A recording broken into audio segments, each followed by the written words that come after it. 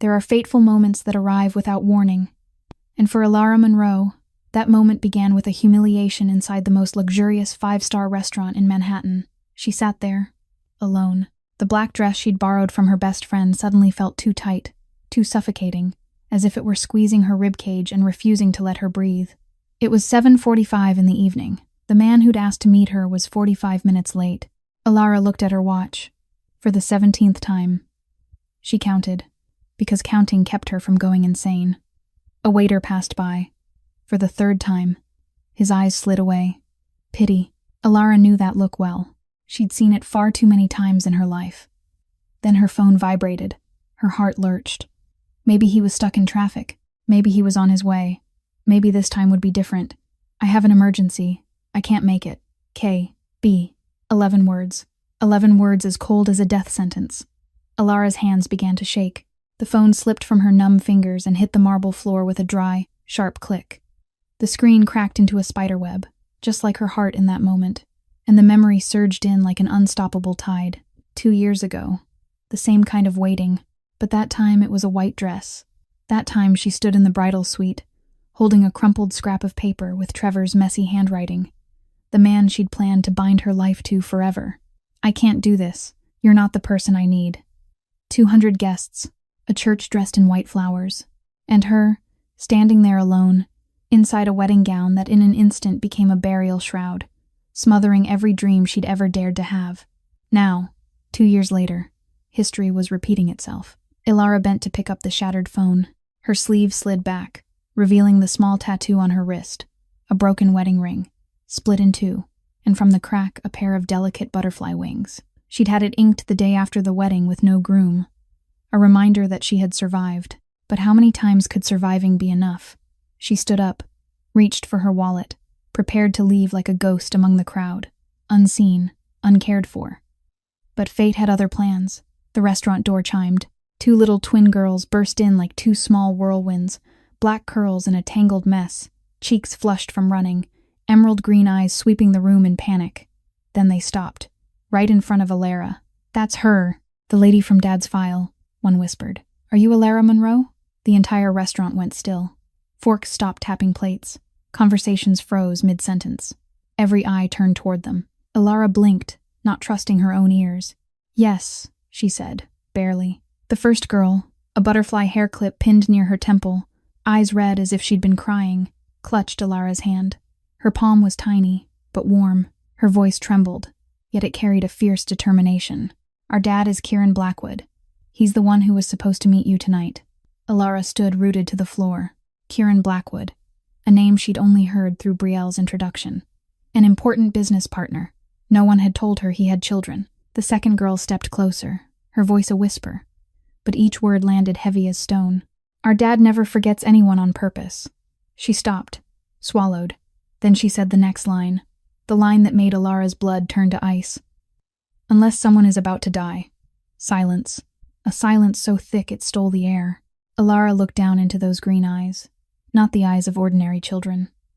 They were the eyes of kids who had seen too much, lost too much, forced to grow up too soon because life had never given them a choice. She recognized it, because she had eyes like that too.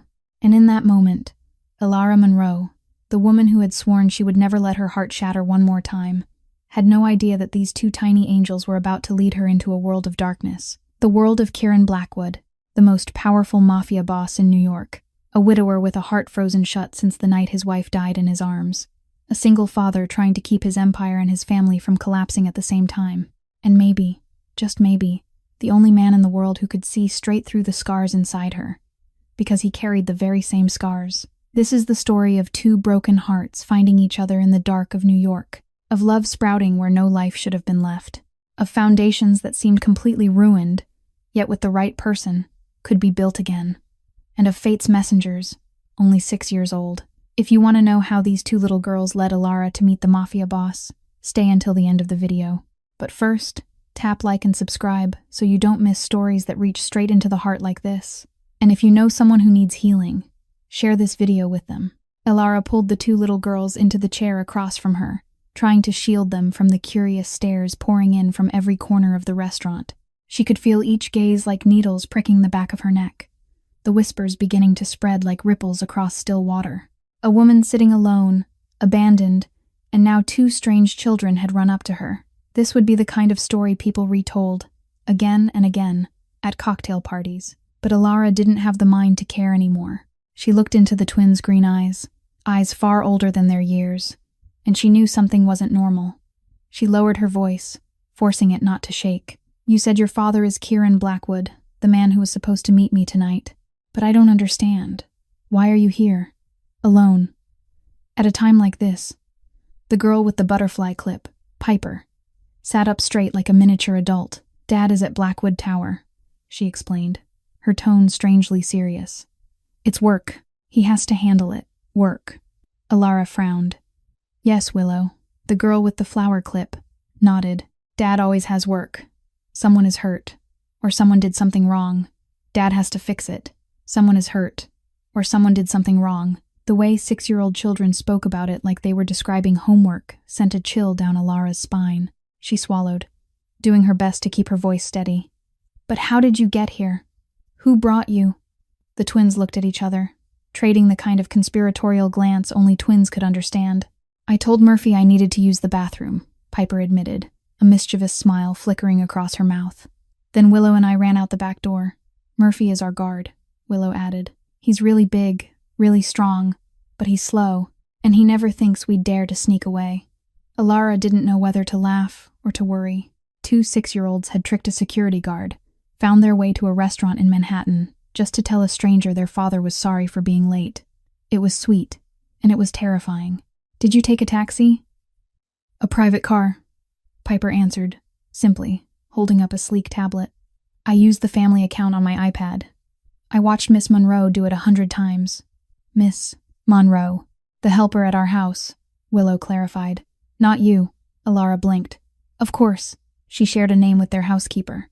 What a strange coincidence." A brief silence passed. A waiter went by, glancing at them with confusion, but not daring to ask. Alara realized she needed to call someone, to let someone know these children were here. But she didn't have Kieran Blackwood's number. She only knew his name from the message canceling their meeting. "Your dad?" she asked gently. "Does he know you're here?" Both girls shook their heads at the exact same time. "Dad's gonna be really mad," Willow said softly, her voice trembling a little. "But we didn't want you to think he forgot you. Dad never forgets anyone. He remembers everything. He even remembers the birthdays of everyone who works for him. He only forgets to take care of himself," Piper added, her voice turning sad. "Not since Mom left." Alara felt her heart tighten. "Your mom!" Willow looked down at the table, tiny fingers weaving together. "Mom went to heaven 2 years ago. Bad people shot Mom," Piper said, and her voice suddenly went hollow, as if she were reciting a story she'd heard too many times. "Dad was there. Dad held Mom when she went away. Dad said Mom didn't hurt. Mom just closed her eyes and went to sleep." The air seemed to thicken. Alara felt a sting behind her eyes. These children, only 6 years old, already knew what loss was. They knew what it meant to watch their father hold their mother one last time. They knew what it meant to live in a world where bad people could steal the person you loved most. "I'm so sorry," Alara whispered, her voice catching. "It's okay." Willow lifted her chin, her green eyes bright, but without tears. "Mom is in heaven watching us. Mom said that before she left. Mom said she would always be here." The little girl pressed her hand to her chest, right over her heart. Alara looked at them, and she realized something was shifting inside her. She had come here with a broken heart, with the fear of being abandoned all over again. But sitting in front of her were 2 children who had lost their mother, who had witnessed the most terrible thing a child could witness, and still had the courage to run away from home, to search for a stranger, just to protect their father from being misunderstood. And she found herself wondering what kind of man had raised children like this. Willow suddenly reached into the small pink backpack she was carrying. Alara hadn't really noticed it until now. The little hand rummaged inside for a moment, then pulled out a photograph with corners slightly wrinkled and set it carefully on the table as if placing down a treasure. "This is our family," Willow said, her voice solemn. Before Mom went away, Alara looked down at the picture, and her breath caught in her throat. In it was a beautiful woman with glossy brown hair and a radiant smile so bright it could have lit an entire room. She was holding the 2 girls when they were still tiny, maybe only 4 years old, all 3 of them dressed in white, standing on some beach with golden late-afternoon sunlight behind them. And beside them stood a tall man with broad shoulders, sharp features, and a smile on his face. That smile made Alara look closer. The man's green eyes in the photograph weren't cold the way the name Kieran Blackwood suggested. They were warm, gentle, filled with love as he looked at the woman beside him and his 2 little daughters. This is a happy man, Alara thought.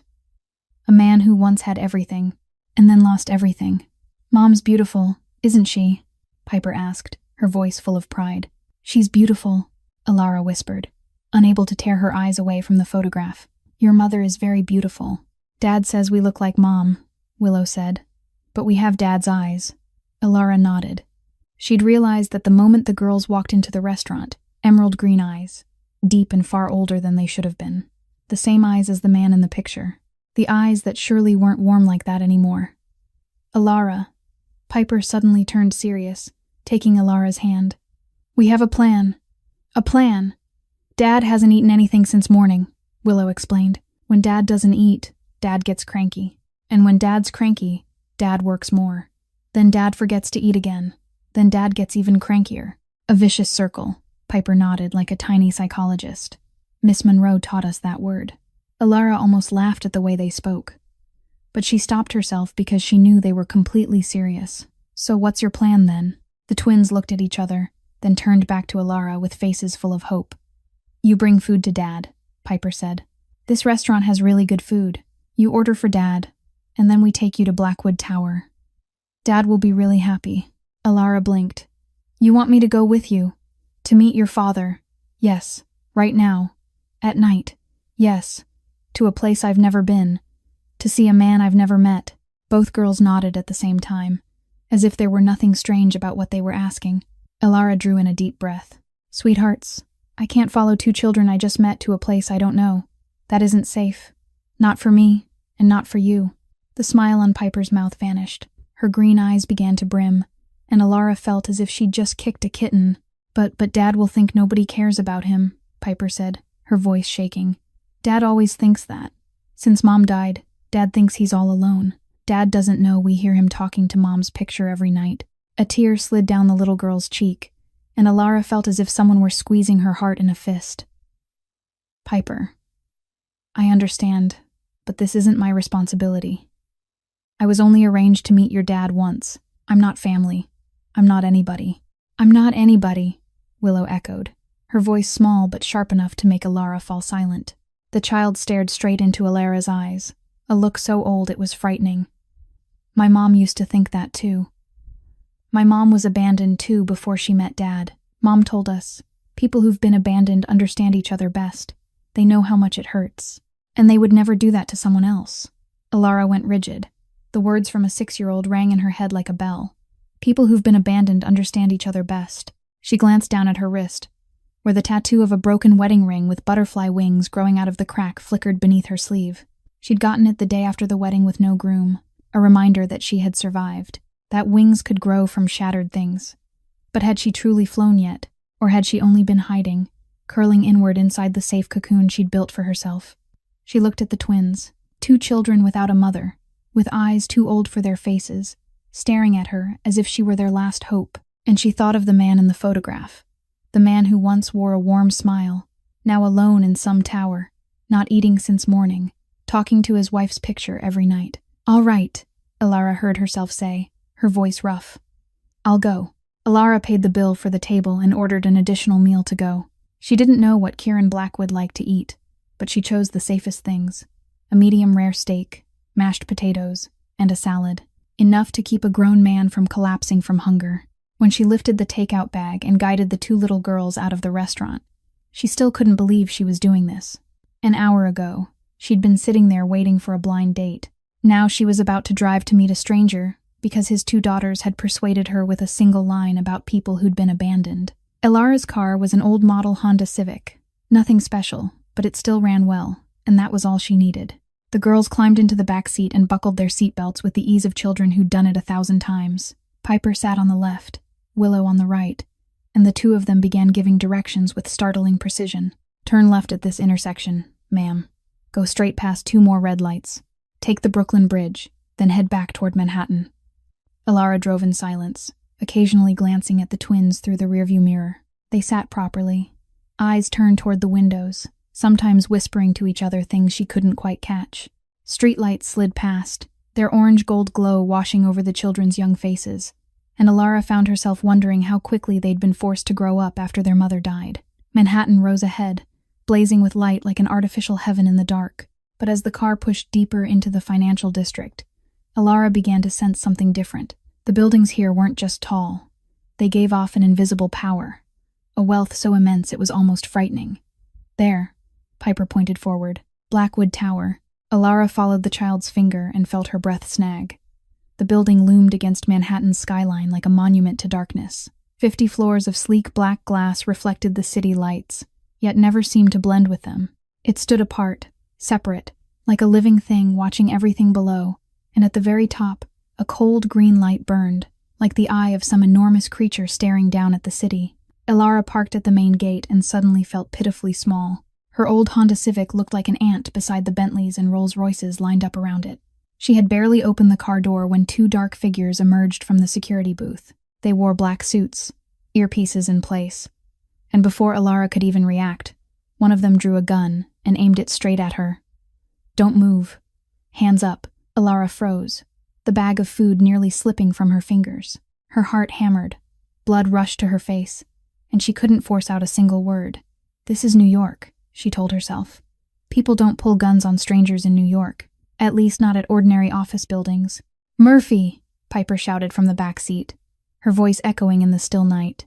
"She's Dad's friend. She brought food for Dad." The man holding the gun, Murphy, halted. He looked into the car, saw the twins sitting in the back with that familiar, stubborn look, and his face went pale. "Miss Piper, Miss Willow." His voice shook. "What are you doing here? I thought you were in your room." "We went to find Alara," Willow said, her tone innocent, as if 2 6-year-olds sneaking out and taking an Uber to a restaurant were the most normal thing in the world. "Now we're back. Let us in, Murphy." Murphy lowered the gun at once, his expression shifting from suspicion to panic. He signaled for his colleague to open the gate, then turned back to Alara with a look that was part apology and part warning. "Follow me, and you should pray the boss is in a good mood." Alara swallowed and followed, the twins gripping her hands tightly from either side. They crossed the building's main lobby, where polished black marble floors reflected them like a still lake. No one else was there but the 4 of them, and the security cameras that tracked their every step in slow, steady arcs. Murphy led them to a private elevator at the end of the hall. There were no buttons, no control panel, only a small screen and an iris scanner. He leaned into the device, and the doors slid open with a soft, gentle chime. Inside, Alara noticed at least 3 cameras aimed at her from different corners. There was no mirror, no music, only cold light and the sensation of being watched every second. "This isn't an ordinary businessman," she thought, her heart thudding hard in her chest. Kieran Blackwood wasn't what Brielle had described, an important business partner looking for someone to date. He was something else, something far more dangerous. But when Alara looked down at the 2 little girls still holding her hands, she knew it was already too late to turn back. The elevator stopped with a soft chime, and the doors opened in silence. Alara stepped into a space so vast she couldn't make out the walls. The penthouse lay drowned in darkness, with only a single table lamp in a far corner spilling a thin wash of pale gold, casting interlaced bands of light and shadow like a gloomy oil painting. In that dim glow, she could make out the outlines of the interior: black leather sofas, a glass table, bookshelves rising all the way to the ceiling, and large paintings she couldn't see clearly. Everything was dark-toned. Everything was cold, as if the owner had designed it on purpose to mirror something inside his own soul. A figure stood by a desk with his back to them, staring out through a wall of glass where all of Manhattan spread below like a carpet of light. Alara could tell it was a tall man, broad-shouldered, standing straight as a blade. Even seeing only his back, she could feel the power radiating from him. "Dad!" Piper and Willow cried out together, releasing Alara's hands and running to him. The man turned around, and Alara forgot how to breathe. Kieran Blackwood was about 6'2", maybe a little taller, with a powerful build wrapped in a perfectly tailored black suit. His black hair was slightly tousled, as if he'd dragged a hand through it too many times in the night. His face was sharply cut, his jaw square, and a scar ran from his temple down his right cheekbone.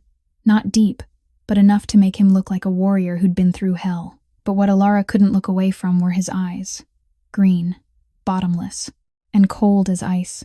These were the eyes the twins had inherited. But where Piper's and Willow's still held a trace of innocence, Kieran Blackwood's held only darkness. Not anger, not grief, just an endless emptiness, as if he'd stopped feeling a long time ago. The girls threw themselves into their father, but Kieran didn't bend down to receive them the way Alara expected. He only stood there, one hand resting on each child's head, his gaze fixed on Alara, as though assessing a potential threat. "Explain," he said, his voice low and cold, without a hint of emotion. Piper tipped her face up to him, not the least bit shaken. "You forgot your appointment with Miss Alara. We didn't want her to think you're a bad person, so we went to find her. We snuck past Murphy," Willow added, her voice a little smaller. "We said we needed the bathroom and ran out the back door. Then we called an Uber." Kieran said nothing. He looked at his daughters in silence, his face revealing nothing at all. Alara couldn't tell if he was furious, worried, or calm. That face looked carved from marble, not a crease, not a flicker of expression. Then he lifted his head, and those green eyes locked onto Alara. "You're Alara Monroe," he said. Not a question, but a statement. 27 years old. Currently a bartender at the Gilded Sparrow, a small jazz bar in Brooklyn. Before that, a pastry chef at La Maison for 3 years. Resigned 2 years ago for personal reasons. Alara stood frozen where she was, as if someone had dumped a bucket of ice water over her head. He knew everything. "You live alone in a small apartment in Brooklyn Heights," Kieran continued, his voice flat, like he was reading a report. "No criminal record, no notable relationships in the past 2 years, no debt, nothing suspicious." He paused, tilted his head, and looked at her. "Except that you stood alone in a church 2 years ago, in a wedding dress, waiting for a groom who never showed." Alara felt the blood drain from her face. She wanted to speak, wanted to ask how he knew, wanted to protect herself. But her mouth had gone dry, and not a single word would come out. "I don't let anyone near my family without knowing who they are." "Miss Monroe," Kieran said, still cold, but with something else beneath it, calculation. "When that unauthorized appointment appeared on my calendar, Cole investigated you before I could delete it. I know who you are, where you come from, and what you've been through." He stepped toward her, each footfall steady and sure, and Alara had to use all her strength not to step back. "My question is," Kieran stopped less than 3 feet from her, those green eyes looking down at her from above. "Why would a woman as deeply hurt as you agree to follow 2 strange children to a place you don't know, to meet a man you've never met?" Alara opened her mouth to answer, but at that exact moment Kieran's phone vibrated. He glanced at the screen, and in the blink of an eye, the entire atmosphere in the room changed. The green eyes that were already cold turned into something terrifyingly glacial. His jaw tightened, and Alara could see a vein rise along his neck. Kieran lifted the phone to his ear, offered no greeting, only listened. Then he spoke, his voice so low and cold it made Alara shiver even though the words weren't meant for her. "Bring him up." 3 words. Only 3. But the way he said them, calm and without emotion, as if ordering someone to carry up an object instead of a human being, made Alara feel her blood slow in her veins. Kieran ended the call and turned to the twins, his face softening just a fraction while staying stern. "Piper, Willow, go to your room right now." His voice wasn't loud. He didn't shout, but there was an authority in it that couldn't be argued with. The 2 girls, children who only minutes earlier had stood their ground with anyone, now nodded in silence. They understood. They were used to this, and that truth broke Alara's heart more than anything she'd ever witnessed. Kieran turned back to Alara, his gaze sharp. "Take them to their room, 3rd door on the left. Stay there with them until I come." It wasn't a request. It was an order, and somehow Alara found herself nodding, taking each little hand. She led them quickly through the darkened space, her heart pounding hard in her chest, not daring to look back. The bedroom door had barely closed behind them when Alara heard the elevator open. Then footsteps, more than one person, and another sound, a pained groan, something heavy being dragged across the floor. "Stay here with me." "Okay," Alara said, and her voice shook more than she wanted to admit. She tried to smile at the girls, but the smile must have looked miserable. Piper and Willow sat on the bed, their faces strangely calm. "You don't have to be scared," Piper whispered. "Dad is just doing his job. Dad protects the family," Willow added. "Sometimes protecting the family means doing things nobody wants to do." Alara looked at them, and realized they'd heard those words too many times. This was how they'd been taught to understand their father's world. A world Elara had stepped into only minutes ago, and already it felt like it was choking her. Through the closed door, she heard Kieran's voice, cold and even. "You sold information to Kozlov." There was no answer, only groaning and warped pleading. "Please, sir." "I didn't have a choice. My family." A short laugh followed, not from Kieran, but from another man's voice, probably Cole. "Your family. Did you think about family when you sold us out?" Then Kieran's voice cut back in, calm in a way that was sickening. "I don't kill people in front of my daughters. But Miss Monroe took them into their room, so..." Silence. A silence stretched out until it crushed the air. Then a sound. Not a gunshot, the way Elara feared, but a heavy impact, a groan strangled off. And after that, the scraping drag of something weighty being pulled over stone. Elara stood there with her back against the door, shaking from head to toe. She didn't see anything. She didn't know exactly what had just happened, but she knew. In some way, deep down, she knew. She had just witnessed a piece of this world, Kieran Blackwood's world. A world the twins had grown up in and learned to call normal. Elara looked down at her hands. They were trembling. She should run. She should grab her purse, step into the elevator, and never come back to this place again. That was what any woman with a sane mind would do. But when she turned and saw Piper and Willow sitting on the bed, their hands clenched together, their green eyes on her with something that looked like hope, Elara knew she couldn't, because these children hadn't chosen the world they were born into. And right now, in this room, they needed an adult who wasn't part of the darkness. They needed her. About 10 minutes later, the noise outside stopped completely. The penthouse sank into a silence so deep Elara could hear her own heartbeat.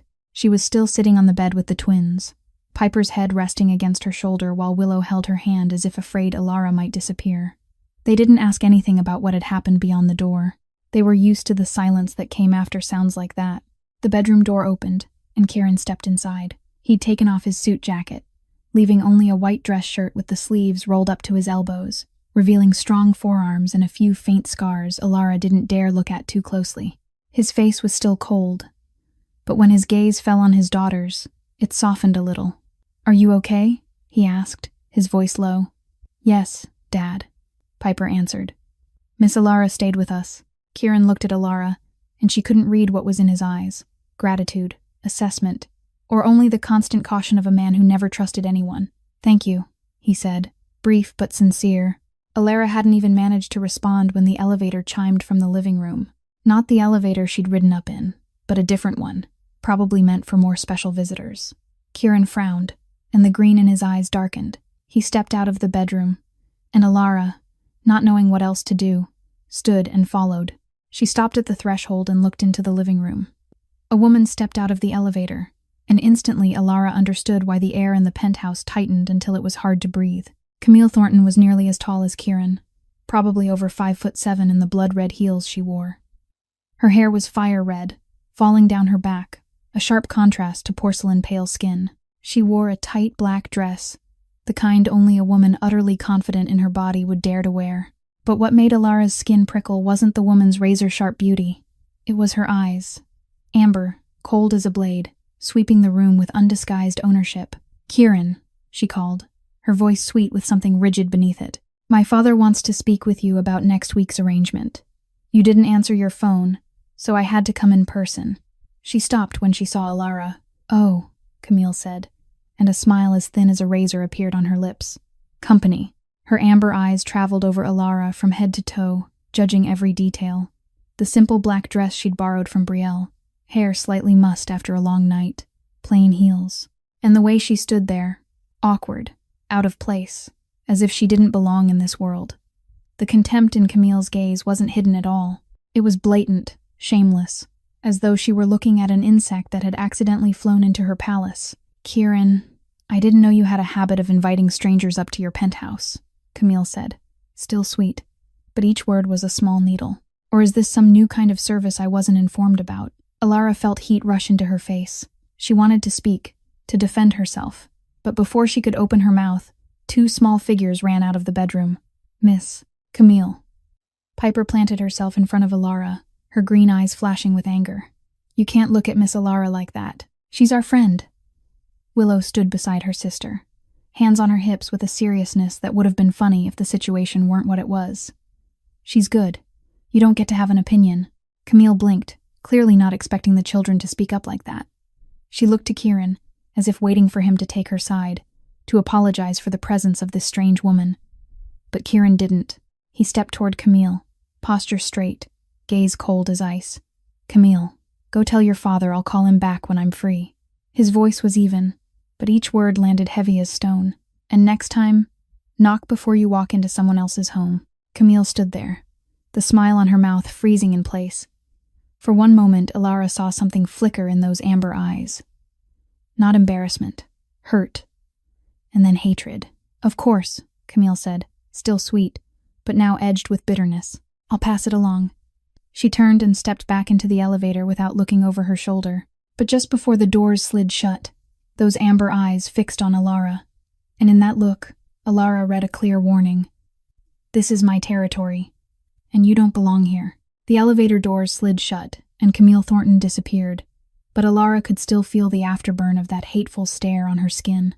She stood there, unsure what to say or do, until a small hand slipped into hers. Piper looked up, green eyes full of worry. "Don't mind Miss Camille," she whispered. "She's always like that with everyone." A man stepped out from the hallway, tall and lean with neatly cut hair and sharp eyes that weren't as cold as Kieran's. He wore a black suit, and Alara recognized him as the right hand she'd heard mentioned. Cole, the man who had investigated her before this meeting. "Boss," Cole said, his voice even. "I'll take the little ladies to bed. It's late." Kieran nodded, then lowered himself to the twins' eye level. It was the first time Alara had seen him like that, and something about the image tightened her throat. The frighteningly powerful man she'd just watched give the order to deal with a traitor was now looking at his daughters with a softness that surprised her. "We'll talk later about sneaking past Murphy," he said, his tone firm but not angry. "But for now, go to sleep. It's past your bedtime." Piper and Willow hugged their father, then turned and hugged Alara. Willow leaned close and whispered in Alara's ear before she went. "Stay with Dad, okay? Dad needs someone to talk to." Then Cole led the girls away, and the vast penthouse suddenly became so quiet it felt suffocating. Alara stood there, not knowing whether she should stay or leave, until Kieran straightened and turned to her. "I owe you an apology," he said, his voice low, "for the appointment, and for what you had to witness." Alara didn't know what to say. She had just heard desperate pleading and the scrape of a body being dragged away. She had just been looked at like trash by a woman she'd never met, and she was standing in a Mafia Boss's penthouse at close to 10 at night. "Are you hungry?" Kieran asked abruptly. Alara blinked. "What? The food you brought?" He nodded toward the paper bag she'd set down on the table at some point she couldn't remember. "Have you eaten?" She shook her head. The truth was she'd been too tense to even think about eating. "Then sit," Kieran said. And this time it wasn't an order so much as an invitation. "Eat with me. It's the least I can do after ruining your evening." They sat across from each other at a black glass dining table. Kieran pulled the food from the bag, and Alara realized it was the first time she'd seen him do something normal like this. He divided it into 2 portions, handed her a pair of chopsticks and a fork, then began to eat in silence. Alara picked up a small bite, but her eyes kept drifting to the man across from her. He ate slowly, one piece at a time, as if performing a duty instead of enjoying a meal. And she remembered what the twins had said. "Dad hasn't eaten since morning. Dad forgets to take care of himself." "Your wife," Alara said suddenly, breaking the silence. "In the picture. She's very beautiful." Kieran paused, chopsticks still, his gaze going distant. "Catherine," he said, the name leaving his mouth like a prayer. She was a photographer. She worked for a major newspaper in New York. She specialized in photos of organized crime, bosses, gang wars. He stopped, and a bitter smile flickered at his lips. "She came to photograph me, like an animal in a zoo, like a monster that needed to be exposed." He shook his head, but when she looked at me through the lens, she didn't see a monster. She saw a man, and I had never been seen like that before. Alara listened, hardly daring to breathe. "We fell in love," Kieran went on, his voice lower. "She knew who I was, knew what I did, and she still chose to stay. She quit her work, gave up everything, to be with me, to give me Piper and Willow." He set his chopsticks down, eyes fixed on nothing. "Victor Kozlov. He's my rival. We'd been at odds for years, But I didn't think he'd go that far. Kieran's voice suddenly turned rough.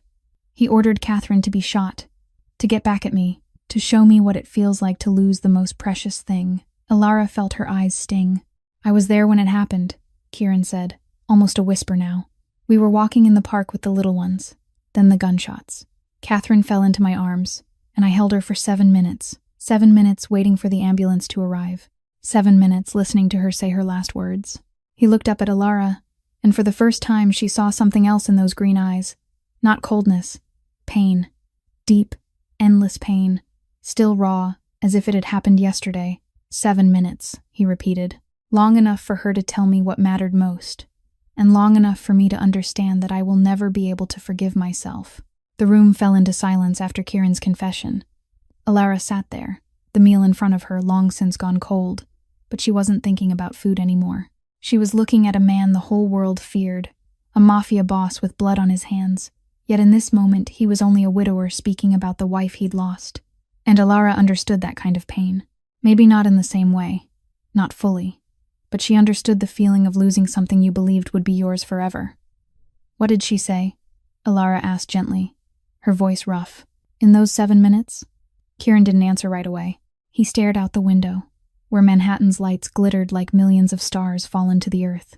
The silence stretched so long, Alara thought he wouldn't speak again, that she'd asked something too private, too painful to answer.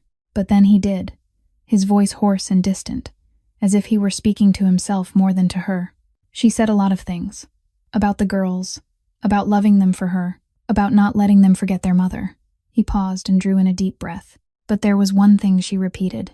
She said, "Don't let the darkness swallow you. Find someone who can see the light in you, even when you can't see it yourself." Alara felt her heart tighten, and then she said, Kieran went on, his voice trembling slightly. "Promise me." A heavy silence passed. Alara watched him, watched those green eyes holding an entire ocean of grief. "Did you promise?" she asked, not knowing why she'd used you instead of sir the way she had before. Kieran nodded, slowly. "Yes, I promised." It was the last thing I said to her before she closed her eyes. So. But I didn't keep it. He cut her off, his tone bitter. "For the past 2 years, I've let the darkness swallow me. I haven't looked for light. I've only existed, for Piper and Willow, for work, but I haven't lived, not the way Catherine wanted me to live." Alara didn't know what to say. She sat there in silence, wondering why this man was telling her something so private. She was a stranger, a woman arranged through matchmaking, someone who had stumbled into his world because of 2 children. "And what about you?" Kieran asked suddenly, his eyes shifting from the window to her. "I know about the wedding. Cole reported it. But I want to hear it from you." Alara felt her throat close. She didn't talk about this with anyone. Not with Brielle, even though her best friend had tried. Not with Maggie, even though the bar owner had watched her with worry more than once. She had buried it, built a wall around it, pretended it didn't hurt anymore. But sitting here, across from a man who had just opened his own wound for her to see, Alara felt that wall beginning to crack. "Trevor," she began, her voice shaking. "We were together for 5 years. He was the son of the restaurant owner where I worked. He said he loved me, said he wanted to marry me, said he would be with me forever." She let out a bitter laugh. I believed him. I believed every word he said. Her gaze fell to her wrist, where the broken ring tattoo showed faintly under her sleeve. The wedding day, 200 guests, a church full of white flowers. I wore the most beautiful dress of my life, thinking it would be the happiest day. Her voice broke. Then my maid of honor handed me a note. Trevor left it in his dressing room. He wrote, "I can't do this. You're not the person I need." Alara lifted her head, her eyes shining with tears. I stood there, in the wedding dress, in front of 200 people, and I had to walk out and tell them there was no wedding, that the groom had run away. She swallowed hard. It was the biggest humiliation of my life, and I will never forget it. Silence. Then Kieran spoke, his voice cold and absolute. "He's a fool." Alara looked up, not sure she'd heard him right. "You brought food to a man you'd never met because 2 children asked you to," Kieran said, those green eyes fixed on her. "You walked into a dangerous place knowing nothing about it, because you didn't want them to be hurt. You stayed with them when things turned frightening. A woman like that. And he let you go. He shook his head, a faint, cold smile touching his mouth. He didn't deserve you to begin with, Miss Monroe. And one day he'll realize it. But by then it'll be too late. Alara sat there, unable to speak. Over the past 2 years, she'd heard a lot of comfort. Brielle had said Trevor was a bastard. Maggie had said time would heal all wounds. Other people had told her she'd find someone better, but no one, not a single person, had looked at her and said she deserved to be loved. That the one who abandoned her was the one with the problem, not her. And now, a mafia boss, a man she'd met less than a few hours ago, was the first person to say it. It felt as if someone had just switched on a lamp inside the dark room she'd been living in for 2 years. Not blinding, not dazzling, just a small light, but enough for her to see she wasn't alone in the darkness anymore. "Thank you," she whispered, her voice catching. Kieran didn't speak, only gave a slight nod. He rose and walked to the window, turning his back to her. "It's late. You should go home." Alara glanced at the time. Nearly 11 at night. Had she really been here that long? Time had slipped by without her noticing. "Yes," she said, standing and reaching for her purse. I'll call a cab. No need." Kieran turned back, his face returning to its familiar coldness. But it wasn't as frightening as it had been at first. "My car will take you home. New York streets aren't safe for a woman alone at this hour."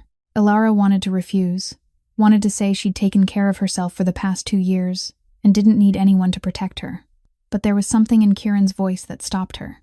It wasn't an order. It was concern, hidden beneath the hard edge. "All right," she said softly. "Thank you." She stepped into the elevator, and as the doors began to close, she looked back at Kieran one last time. He was still standing there by the window, a solitary dark figure inside that vast penthouse.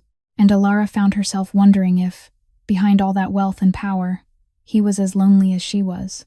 A sleek black Mercedes waited in the lobby. A middle-aged driver opened the door for her, his face expressionless but his manner polite. Alara slid into the back seat, and the car glided smoothly away from Blackwood Tower. She looked out the window at the city at night. Manhattan shimmered under the lights like a false heaven built inside darkness. The towering buildings, the streams of traffic, the hurried people on the sidewalks. Everything kept moving, unaware that just hours earlier she had stepped into an entirely different world. She thought about Kieran, about green eyes cold as ice yet hiding deep pain, about the way he spoke of Catherine, of the final 7 minutes, of the promise he hadn't kept. She thought of the twin girls, children made older than their years because they'd lost their mother too soon, and she thought of herself, of scars she'd believed were healed, when in truth they still ached. The car stopped in front of her apartment in Brooklyn Heights.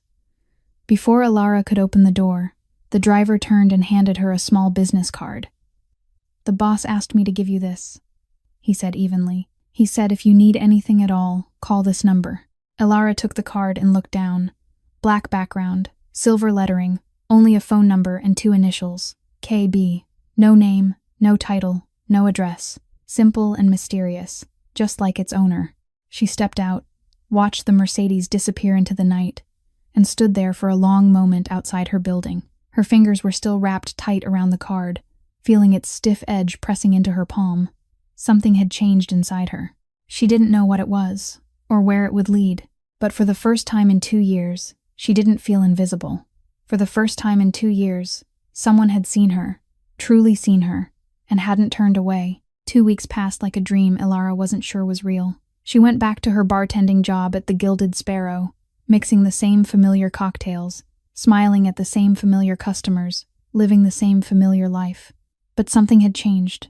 Every night before she went to sleep, she took out the black business card, let her fingers drift over the 2 initials K, B, and wondered whether that night had truly happened, or whether it had only been a strange dream. She didn't call. She didn't know what she would even say if she did. "Hello, I'm the woman who brought you food that night." It sounded ridiculous. The Gilded Sparrow on a Saturday afternoon was usually quiet. Only a few customers sat scattered around, sipping their drinks and enjoying the soft jazz coming from an old speaker. Alara was polishing a glass when Maggie came out from the back, her gray eyes studying Alara with that familiar worry. "Sweetheart," Maggie said, leaning on the bar. "It's been 2 weeks and you've been like a ghost. What happened that night? The night you went on that date?" Alara stopped, staring down at the glass in her hand. She hadn't told anyone what had happened. Not because she didn't trust Maggie, but because she didn't know where to begin.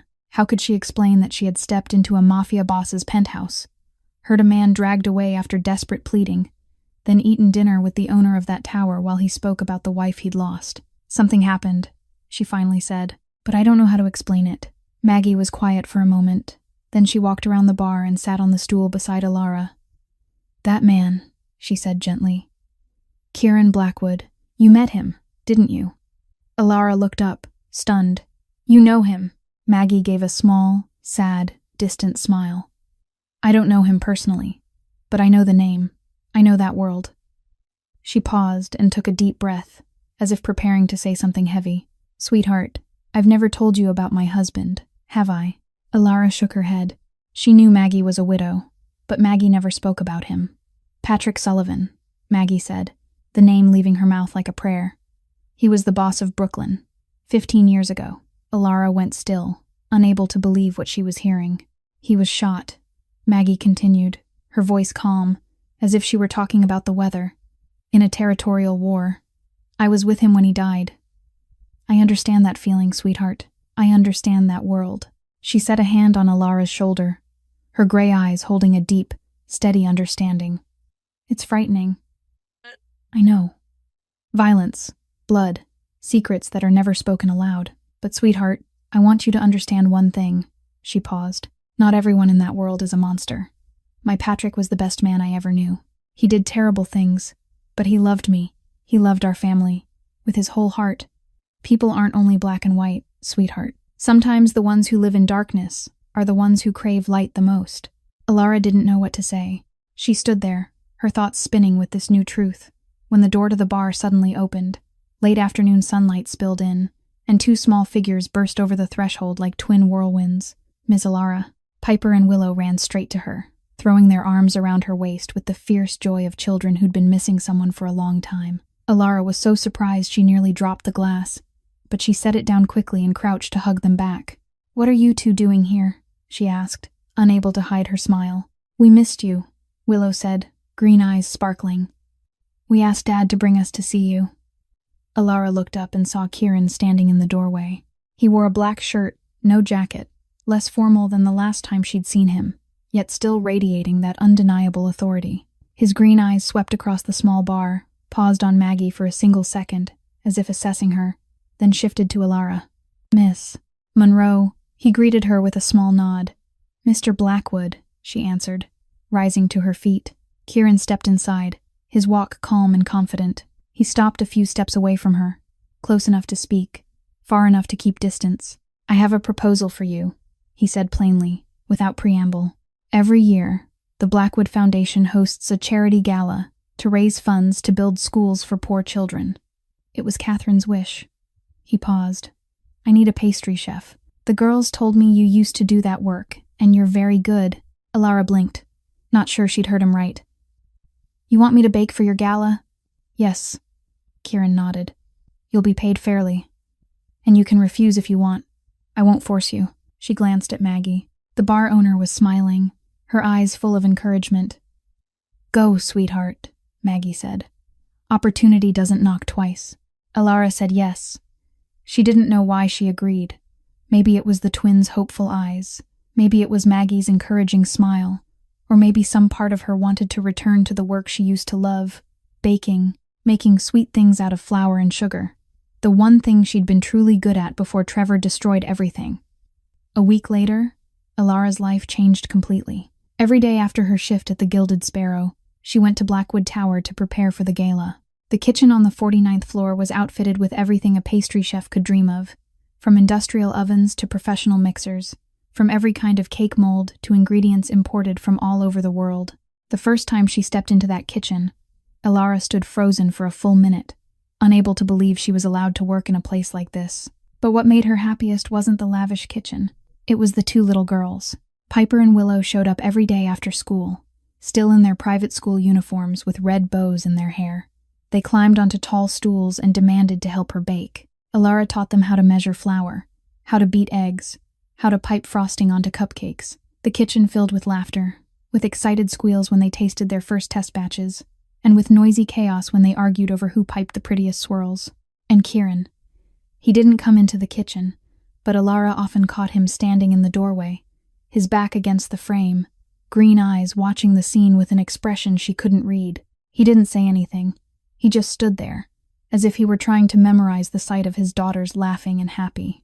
Each time their eyes met, Kieran gave a small nod and turned away, as if he didn't want to disturb that rare moment of peace. But peace never lasted long, in a world built on darkness.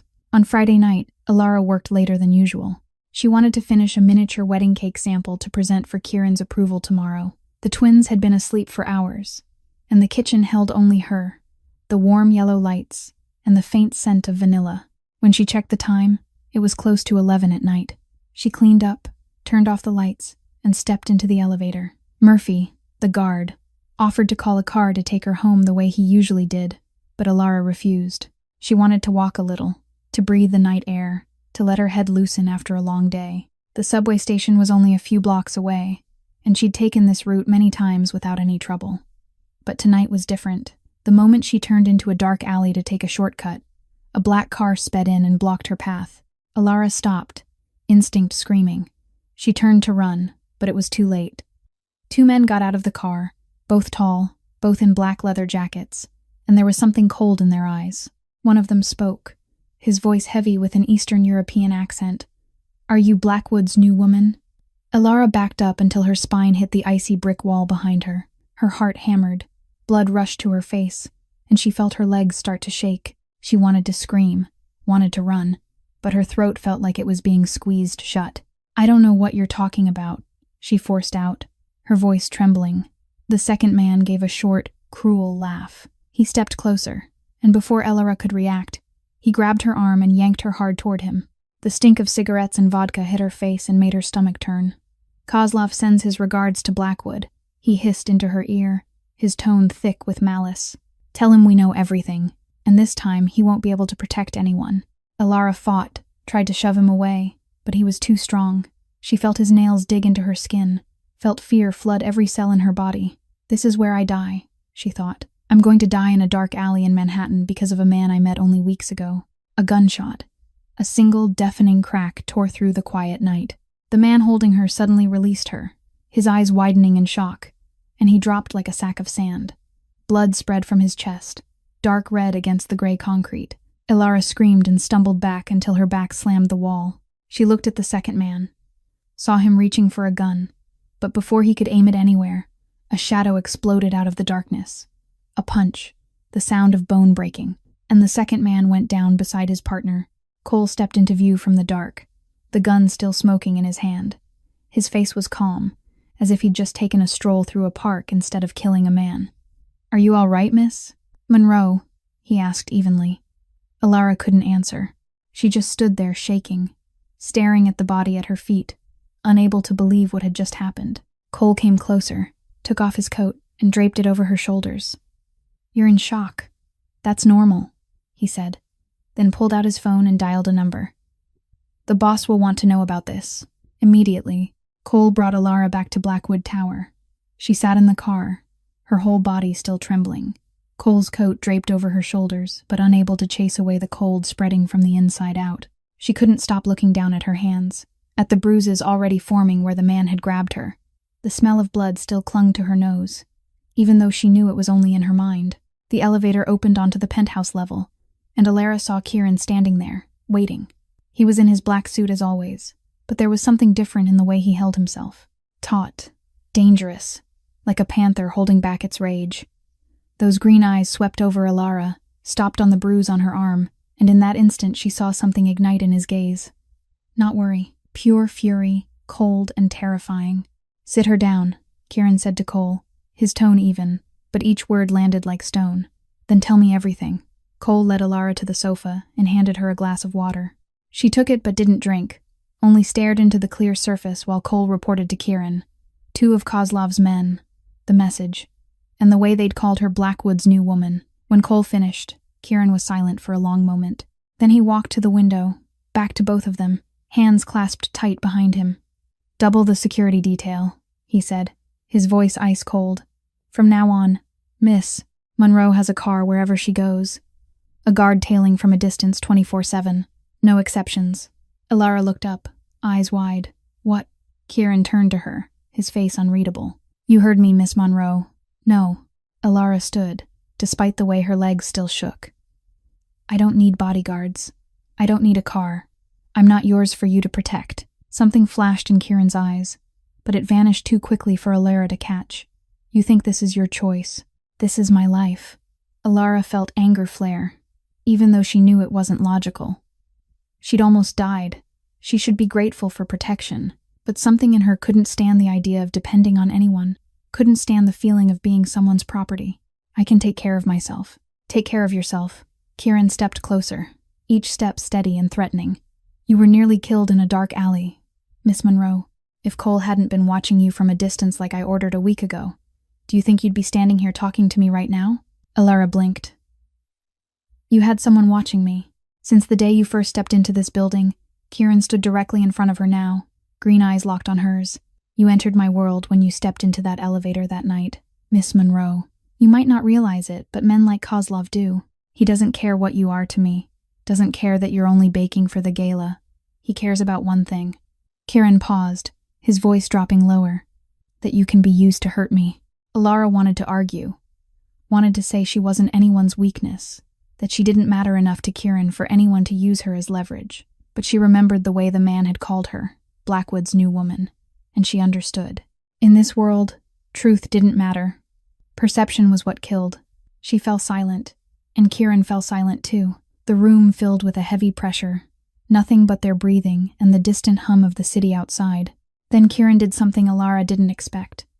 He let out a breath, a long, weighted exhale, like he was carrying the whole world on his shoulders. And when he spoke again, his voice softened, almost fragile.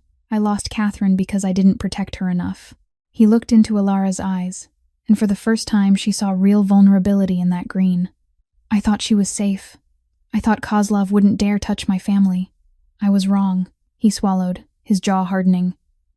I'm not making that mistake again. Not with you. Not with anyone He stopped, not finishing the sentence. Alara stood there, staring at the man in front of her, the most powerful mafia boss in New York, the man who made the underworld tremble, was standing before her with an open wound in his eyes. And she understood that beneath all the coldness and cruelty, he was only a man who had lost too much and was terrified of losing more. All right, she said softly, her voice thick. I'll let you protect me. The days that followed passed like a dream Alara didn't want to wake up from. She still went to Blackwood Tower every day, still baked for the gala, still taught the twins how to whip cream and dust sugar. But something had changed. Not in the work, but in the way Kieran looked at her. In the way he began to appear in the kitchen more often. In the brief conversations between them that kept getting a little longer, a little less guarded. One afternoon, Kieran took her down to the basement, where there was a private shooting range. Alara stood there, staring at the targets and the gun in her hands, not knowing what to do. She had never held a gun in her life, and the idea of using one made her tremble. But Kieran stood behind her, patient, guiding every movement, how to hold it, how to aim, how to control her breathing before pulling the trigger. And when his hand settled over hers to adjust her posture, Alara felt a current of electricity run up her arm. She didn't know whether Kieran felt it too, but he kept his hand there longer than necessary. And when she turned her head, his green eyes were on her with an expression she couldn't decode. In return, Alara taught him how to bake. It had been the twins' idea, and Kieran couldn't refuse when Piper and Willow looked at him with those puppy dog eyes. The sight of the most powerful mafia boss in New York standing in a kitchen, a white apron tied around his waist, hands dusted with flour, was something Alara knew she would remember forever. Kieran had no talent for baking. He spilled flour outside the bowl, splattered egg everywhere, and when he tried to knead dough, he managed to smear it across the countertop. The girls laughed until they nearly toppled over, their bright laughter filling the kitchen, and Alara realized it was the first time she'd heard them laugh that much. Even Kieran smiled, small and rare, but enough to light up the face that was usually carved from cold. Then one day, Alara found the drawing. She was cleaning up the kitchen after work when she saw it taped to the refrigerator. A crayon picture, 4 figures standing side by side, a tall man with black hair, 2 small girls with curly hair, and a brown-haired woman standing beside them, holding one of the girls' hands. Beneath it, in a child's uneven scrawl, were the words, "Our family." Alara stood there, staring, and felt her eyes sting. She didn't belong here. She was only a hired baker, someone who had wandered into their lives by accident. But in the twins' eyes, she had become part of the family. She didn't know Kieran had seen the drawing too. He was behind the kitchen door, silently watching her as she looked at it. And when she left, he stepped inside and stood in front of the refrigerator for a long time. His fingers traced the messy shapes of his daughters, then stopped at the figure of the brown-haired woman. Catherine used to stand there. And now, in his children's eyes, Ilara had taken her place. That night, after Ilara had gone home, her phone buzzed, a message from Kieran's number. For the first time in 2 years, I want to build again. She stared at the line, reading it over and over, not knowing how to reply. But she didn't need to, because she understood, and maybe she felt it too. But not everyone would be happy about this change. At the same time, up in the penthouse, Kieran set his phone down on the table and walked into the bathroom. He didn't realize Camille Thornton had come in at some point, using the security override code her father possessed as the Blackwood family's oldest ally. Camille's amber eyes swept the room and landed on the phone glowing on the table. She walked over, looked down, and read the message Kieran had just sent. Camille's face went pale. Then it hardened into something far more frightening: hatred and resolve. Camille Thornton drove her red Porsche through the Manhattan night, her hands clenched so hard around the steering wheel that her knuckles turned white. The text message she'd just read was still burning in her mind, like an open wound. For the first time in 2 years, I want to build again. 2 years. 2 years she had waited. 2 years she had been patient at Kieran's side, caring for his 2 children, doing everything a future wife was supposed to do. And now an unknown, insignificant pastry cook had appeared and stolen everything in only a few weeks. She pulled up in front of a sprawling mansion on Long Island, where her father, Richard Thornton, lived. The guard opened the gate without a question, and Camille strode inside, her high heels striking the marble like the beat of war drums. Richard Thornton sat in his study with a glass of whiskey in his hand, the firelight from the hearth catching on the silver in his hair. He was a tall man who had once been very handsome in his youth, and even now, at 58, he still carried the frightening power of a mafia boss who'd survived 3 decades in the underworld. "Daughter," he said without turning around. "It's late. What is it?" Camille stood in the center of the room, fighting to keep the fury boiling inside her from spilling over. "Kieran, he has another woman." Richard turned, gray eyes cool on his daughter. "I know. Cole reported it to me. A pastry chef. Nothing to worry about. Nothing to worry about." Camille moved closer, her voice rising. "Have you seen the way he looks at her? Have you heard the way the girls talk about her? He texted her that he wants to build again. Father, build again." Richard took a sip of whiskey, his face unchanged. "Sit down, Camille." She sat in the chair across from him, her hands clenched tight on her knees. "How long have you loved Kieran Blackwood?" Richard asked, as calmly as if he were speaking about the weather. Camille swallowed. "Since I was 16, the day he came to our house for the first time to negotiate with you." She remembered that day as if it were carved into her bones. Kieran had been 24 then, newly in control of the Blackwood Empire, after taking it from his father, young and ambitious.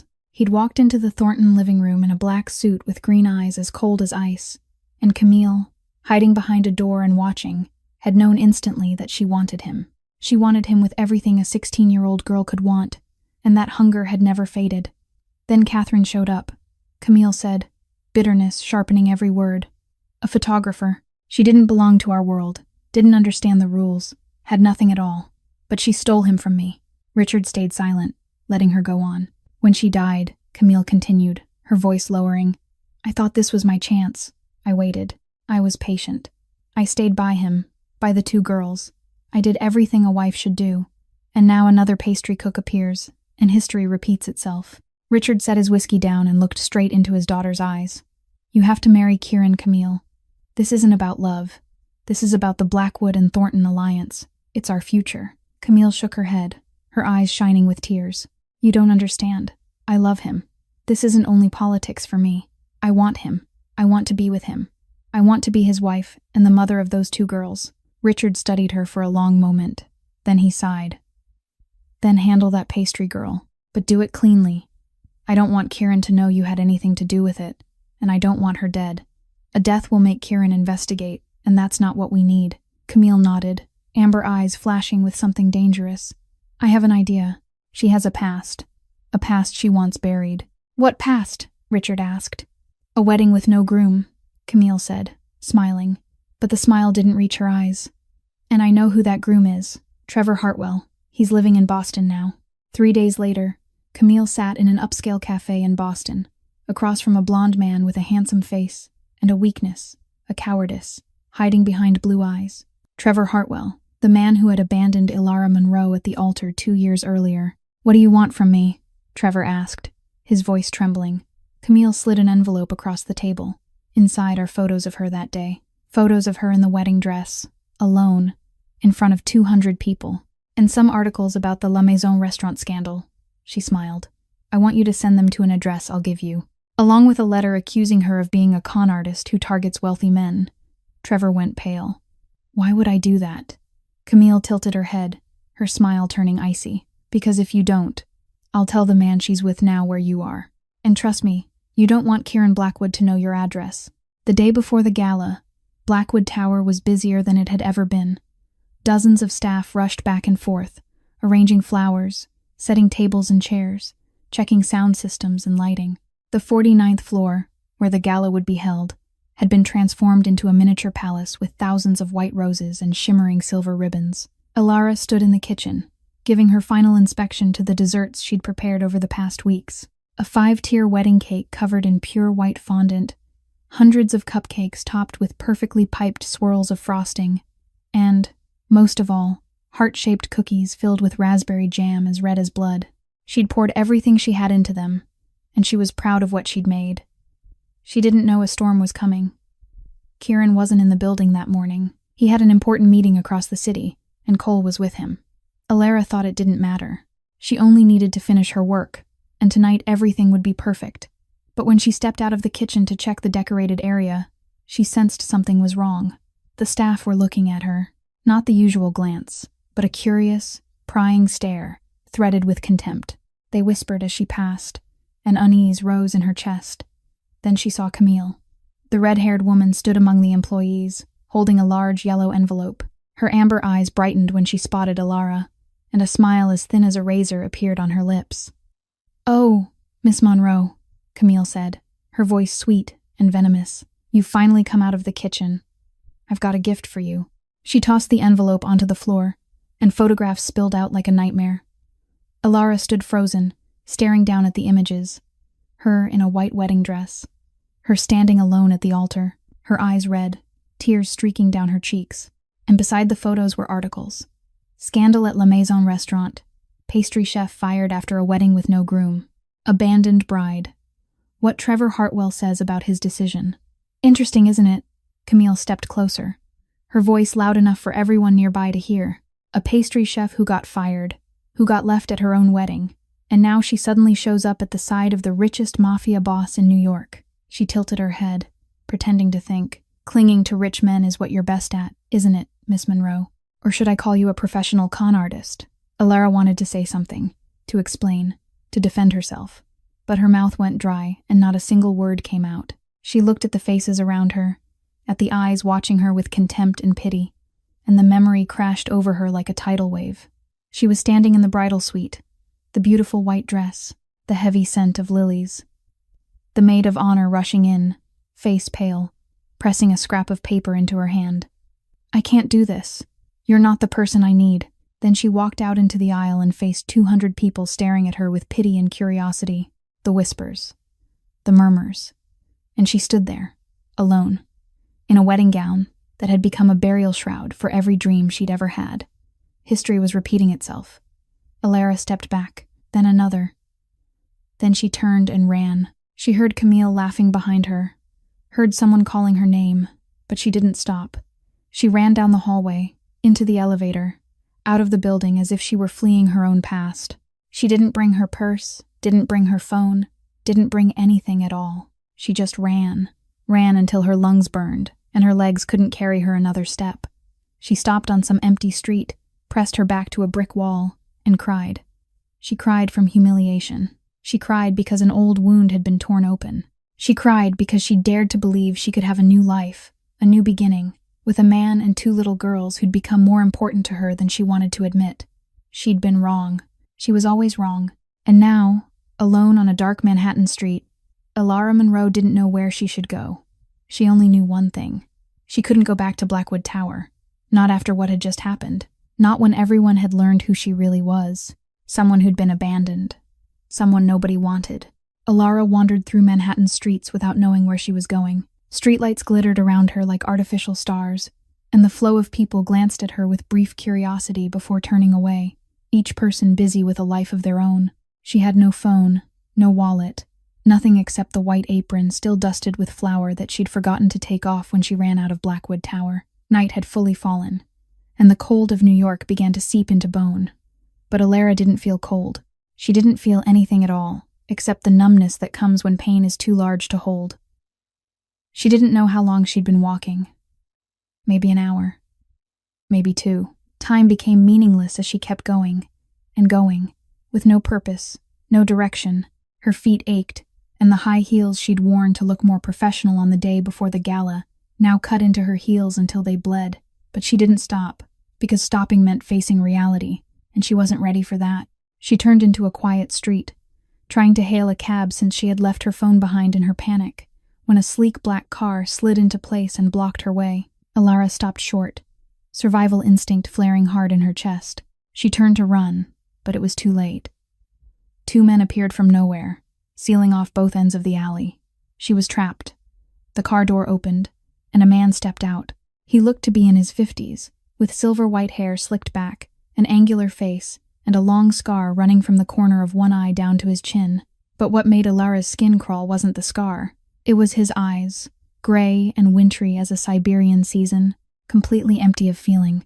"Miss Monroe," he said, his voice heavy with a Russian accent. "I have been waiting for this opportunity for a very long time. Victor Kozlov." Alara recognized the name instantly. The man who had ordered Catherine's death. The man whose henchman had attacked her in a dark alley last week. The man Kieran hated more than anyone alive. "I have nothing to do with Kieran," she said, her voice shaking but forcing itself toward calm. "I am only the pastry chef for the gala. Nothing more, nothing less." Kozlov laughed, a dry, cold sound. "Do you think I am stupid, Miss Monroe? I have had people watching Blackwood for 2 years. I know everything." He stepped closer, and Alara backed up until her spine hit brick. "I know you go to Blackwood Tower every day. I know how much the 2 little ones adore you. And I know the way Kieran looks at you." He tilted his head, gray eyes studying her like prey. Exactly the way he used to look at Catherine. Before Alara could react, one of Kozlov's men grabbed her from behind and clamped a cloth over her mouth, the fabric reeking of harsh chemicals. She fought, tried to scream, but the world began to spin and blur. The last thing she heard before she lost consciousness was Kozlov's voice, cold as ice. "Take her. It is time for Blackwood to pay his blood debt." At the same time, on the other side of the city, Kieran Blackwood walked into Blackwood Tower in a rare good mood.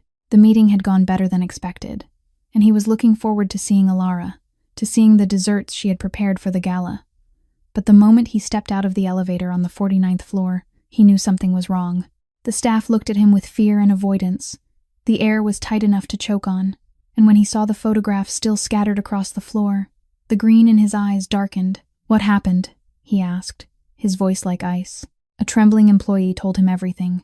Camille, the envelope, the photographs, the accusations, and the way Alara had run, eyes full of tears, carrying nothing with her at all. Kieran stood there in silence, but fury was rising inside him like a volcano about to break open.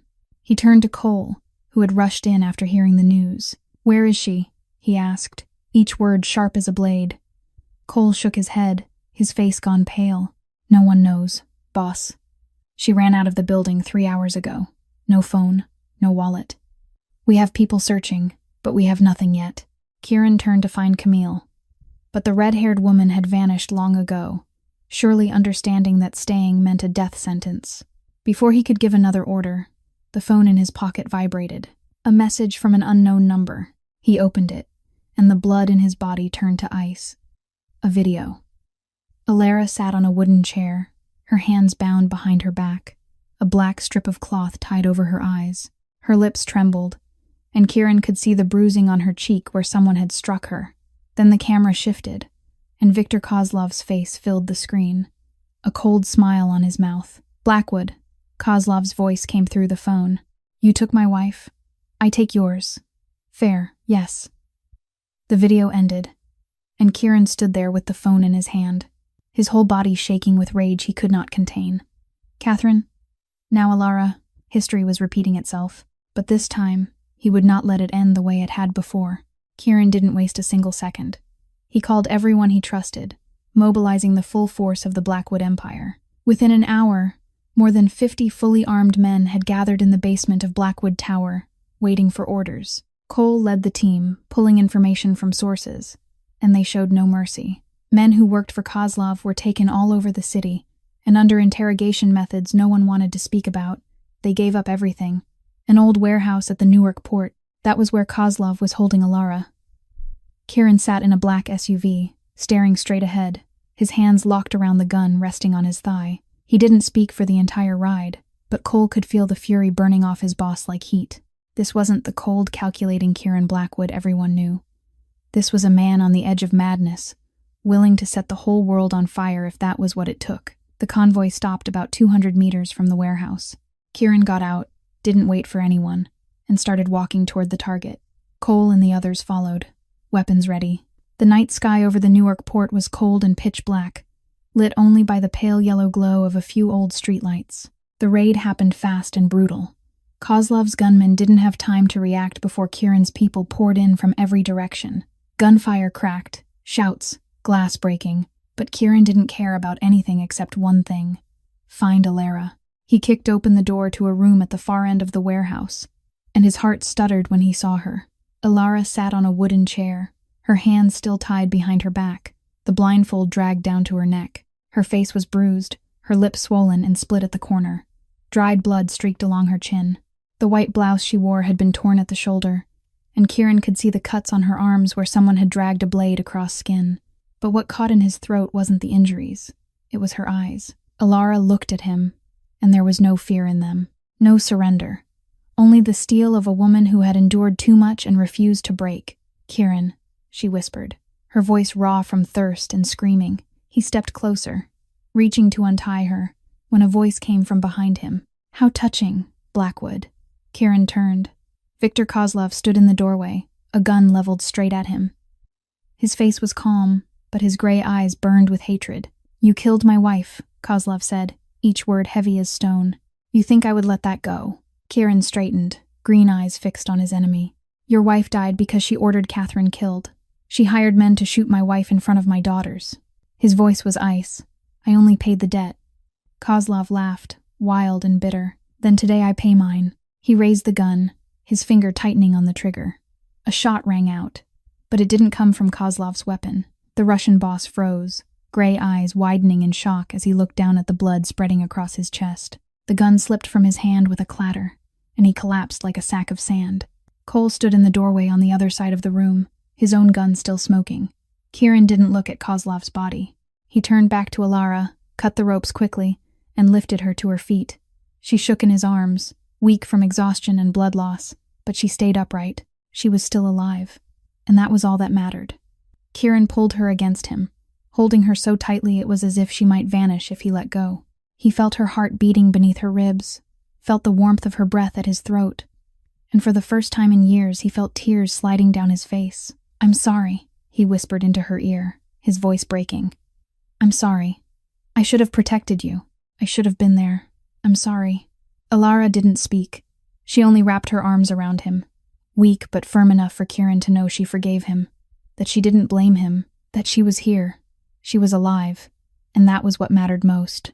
They stood there in the middle of a warehouse full of bodies and the sharp stink of gunpowder, holding each other like two people who had survived a storm. And in that moment, Kieran Blackwood, the Mafia boss who never cried for a woman, because he had almost lost her, and he could not bear that. Alara woke in a room flooded with light. She blinked a few times, trying to adjust to the sunlight pouring through thin white curtains. This wasn't her small apartment in Brooklyn. This was a spacious room with high ceilings, white walls, and luxurious furnishings. She was in Blackwood Tower. In the room she guessed was Kieran's sitting room. She tried to sit up, and hissed in pain. Her whole body felt as if someone had taken a hammer to it, and when she looked down she saw her arm carefully bandaged, the wounds treated with professional precision. A doctor had been here? she realized. Kieran had brought a doctor for her. The door opened, and two small figures burst in like twin storms. Miss Alara, Piper, and Willow climbed onto the bed, careful not to touch where she was hurt, and wrapped their arms around her. Their eyes were red and puffy, and Alara knew they had been crying. Crying for her. "I'm okay," she whispered, stroking their hair. "I'm here now." At the same time, in another room in the building, a confrontation was unfolding. Kieran stood facing Richard Thornton, the man who had once been his most loyal ally. The two men stared at each other, one with the coldness of someone who had already made his decision, the other with the panic of a man about to lose everything. "Kieran, this can be resolved," Richard said, his voice no longer carrying its old confidence. "Camille is only a girl in love. She did something stupid, but she never intended to harm anyone." "Never intended to harm," Kieran repeated, his voice ice. "Your daughter gave information about my woman to an enemy. She worked with Trevor Hartwell, the man who provided photos and personal details, and her actions led to Kozlov kidnapping Alara." He stepped closer to Richard, green eyes burning with fury. "Your daughter worked with Kozlov, whether she meant to or not. The Blackwood-Thornton alliance ends today." Richard's face drained of color. "You can't do that. This alliance has existed for more than 20 years. Your father and I built it before you were even born. I am Kieran Blackwood." He looked Richard straight in the eyes, each word landing like a hammer. "I can." And that was the end of it. Richard Thornton left Blackwood Tower like a defeated man, and the first thing he did when he got home was disown Camille. She was no longer his daughter. She was a liability, a stain, the reason he had lost his most important ally. In the Mafia world, there was no room for family feeling when it stood in the way of power. 3 days later, Camille appeared at Blackwood Tower. She no longer looked arrogant or untouchable. Her red hair was a mess, her amber eyes swollen from crying, and the tight black dress had been replaced by something plain. She asked to see Alara, and Kieran, though he didn't want to, allowed it, because Alara asked him to. They sat facing each other in the sitting room, two women with lives twisted together in a strange way. Camille looked at Alara, and in her eyes there was no longer hatred or contempt, only exhaustion and pain. "I've loved him since I was 16, Camille said, her voice hoarse. "I waited for him for 15 years, through Catherine. Through all the years he never looked at me, through her death and 2 years of his grief." She lifted her gaze to Alara, eyes raw and red. "Then you appeared. You were here only a few weeks, and he looked at you the way he never looked at me." Alara stayed silent, listening. "I hated you," Camille went on, her voice breaking. "I hated you because you got what I wanted my whole life without even trying. But I didn't want you to die. I only wanted you to disappear from his life. I didn't know Kozlov would do what he did." Alara looked at the woman across from her and felt something strange. Not hatred, not anger, pity. Because she understood. She understood what it meant to love someone who didn't love you back. She understood the pain of being rejected. She had lived it with Trevor. "I didn't steal him," Alara said gently. "He chose.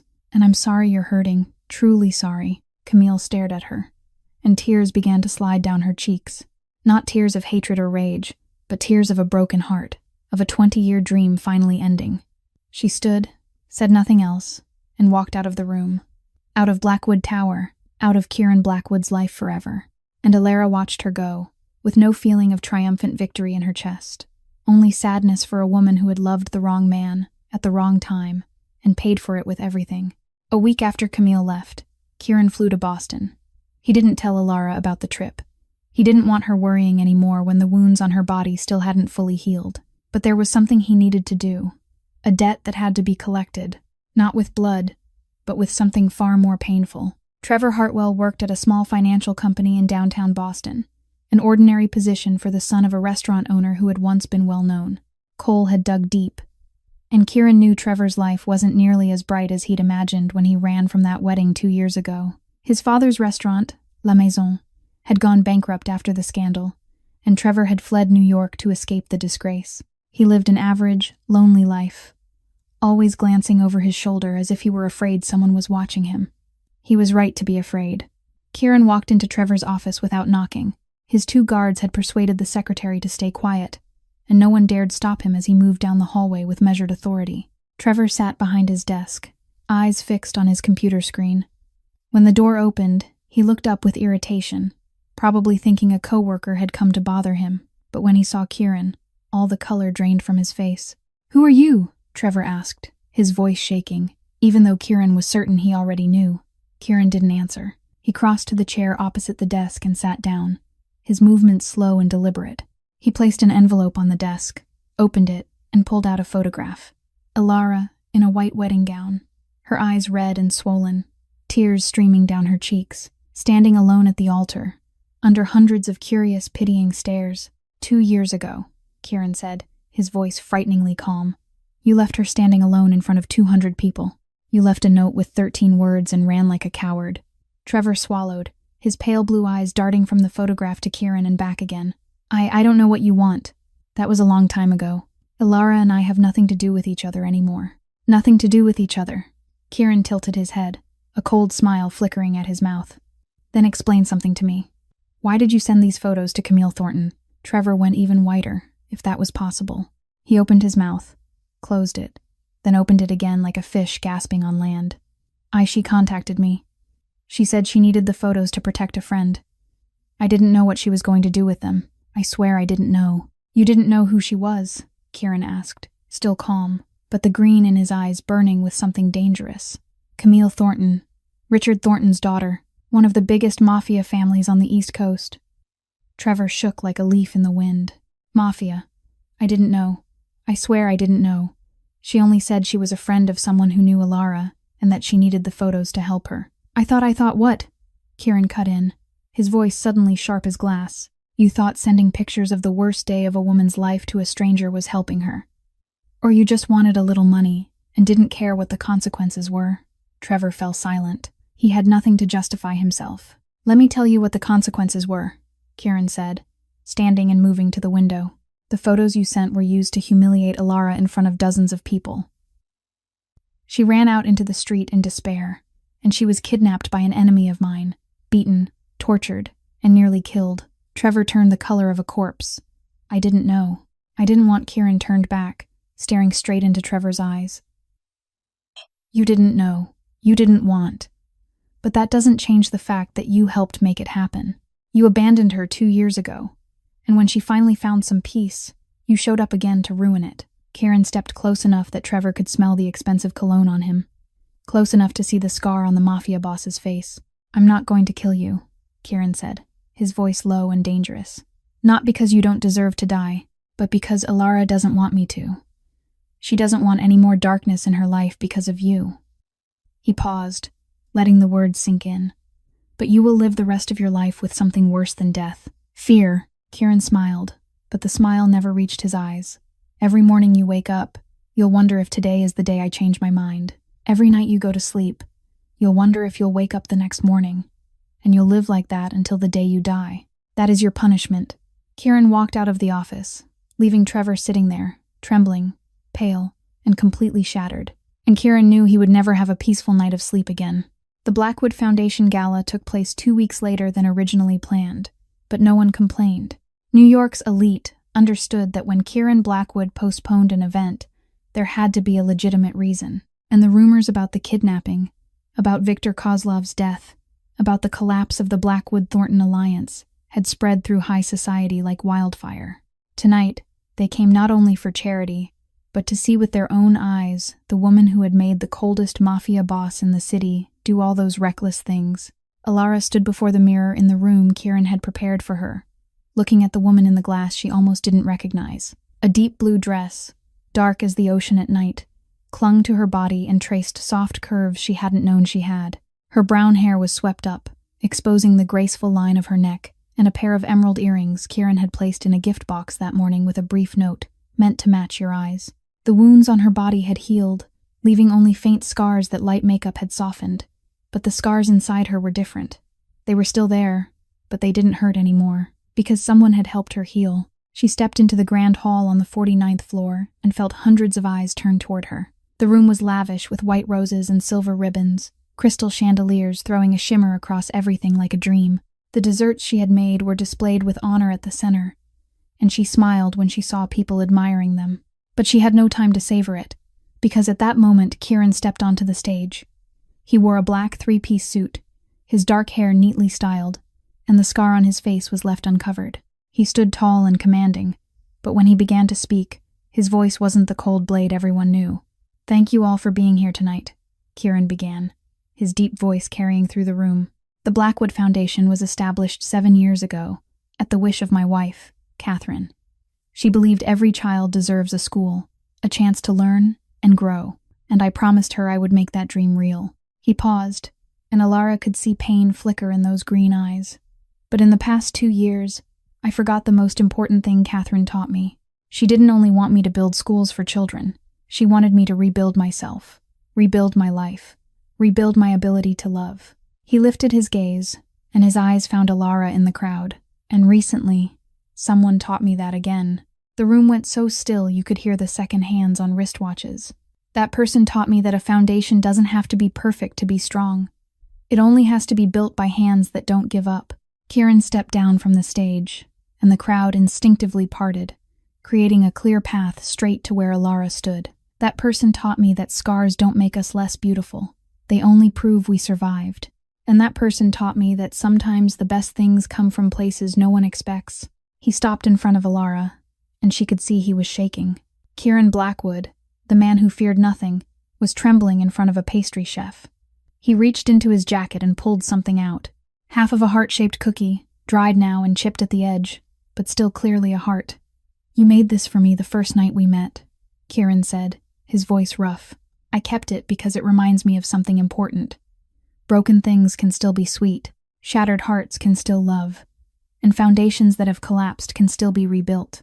Alara felt tears slide down her cheeks, and she didn't bother wiping them away. "Alara Monroe," Kieran said, taking her hand. "I'm not asking you to love me immediately. I know I carry too much darkness, too much danger, too many things you don't deserve to endure. But I'm asking you for one thing." He looked straight into her eyes, and in his green gaze she saw everything he couldn't say out loud. Hope, fear, and love. "Give me a chance to rebuild. With you." Before Alara could answer, 2 small figures rushed in from somewhere in the crowd. Piper and Willow, in pretty pink dresses, threw their arms around her from both sides. "Miss Alara." Willow looked up, her green eyes shining. "Will you stay forever? You'll be our new mom, won't you?" "We asked Dad to let you stay," Piper added, her voice full of hope. "Dad said he wants that too, but he said he had to ask you first." Alara looked at the 2 little girls, then looked up at Kieran, the man standing in front of her, gripping half of a broken cookie, waiting for her answer with an anxious gaze, and she knew exactly what it was. "Yes," she said, her voice thick but steady. "We rebuild. Together." 6 months passed like a dream Alara didn't want to wake from. She moved into Blackwood Tower 1 month after the gala night. Not into Kieran's penthouse, but into a private apartment on the 45th floor. Kieran wanted her to have her own space, wanted her to feel comfortable and free, not pushed into anything. But the truth was, she was rarely in that apartment. She spent most of her time in the penthouse, making breakfast for the 2 little girls, baking in the large kitchen, and sitting beside Kieran each night as he read to Piper and Willow before bed. The bakery, Broken Wings Bakery, opened in the 3rd month. Kieran had the entire 1st floor of Blackwood Tower renovated into a lovely space with oak tables, deep blue velvet chairs, and warm golden light. The sign showed a wedding ring split in 2 with butterfly wings growing from the crack, exactly like the tattoo on Alara's wrist. She baked every day, cupcakes crowned with perfect swirls of frosting, heart-shaped cookies filled with raspberry jam, and especially the delicate wedding cakes customers ordered from all over New York. Her bakery became famous not only for how good everything tasted, but for the story behind it, the story of a girl who had been abandoned and found her wings. Kieran taught her about his world, not so she could join it, not so she would become part of the darkness, but so she would understand it and protect herself. He taught her how to recognize when someone was watching, how to get out of a dangerous situation, how to use the small gun he had given her. Alara didn't like guns, but she understood why she needed it.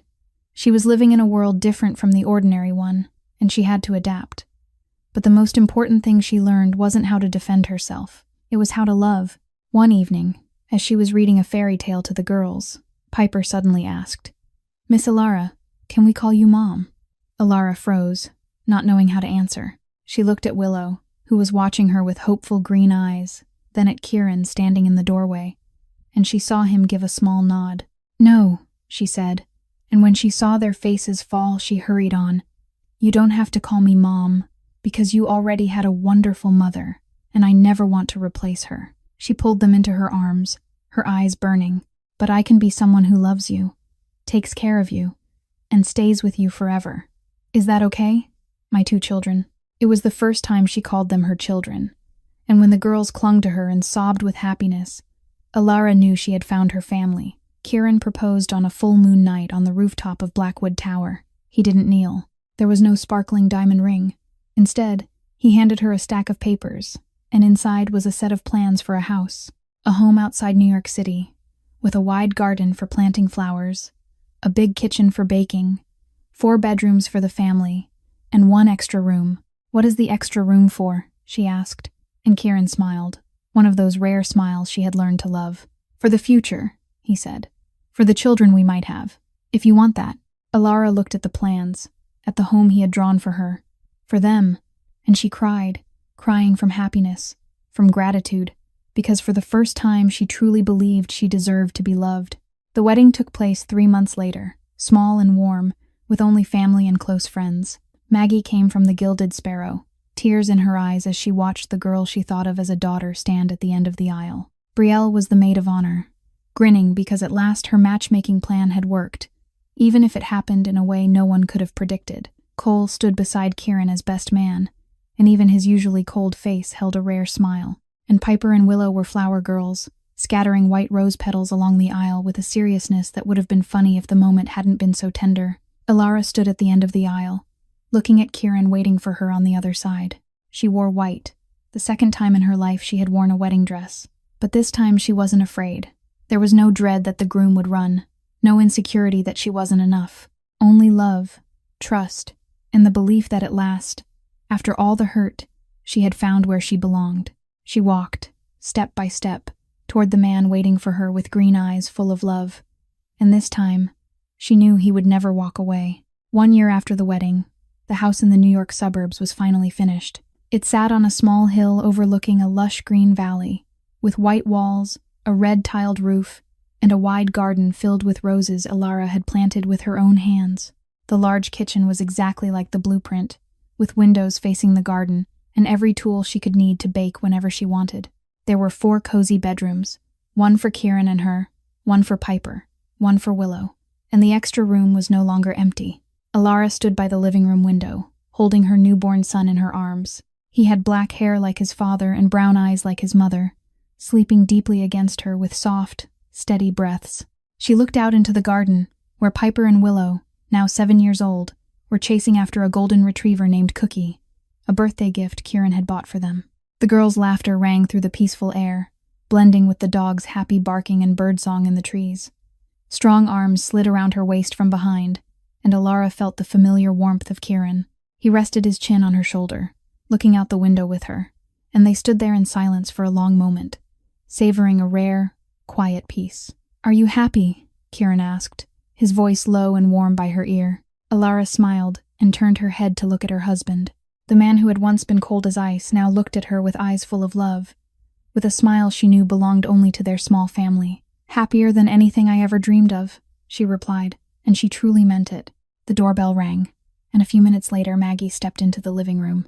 The older bar owner had become an indispensable part of their lives, visiting every weekend to see the grandchildren and taste Alara's baking. She paused in the doorway, taking in the scene, Kieran holding Alara from behind, Alara cradling their little boy, and outside in the garden, the 2 girls playing with the dog in the golden late afternoon sun.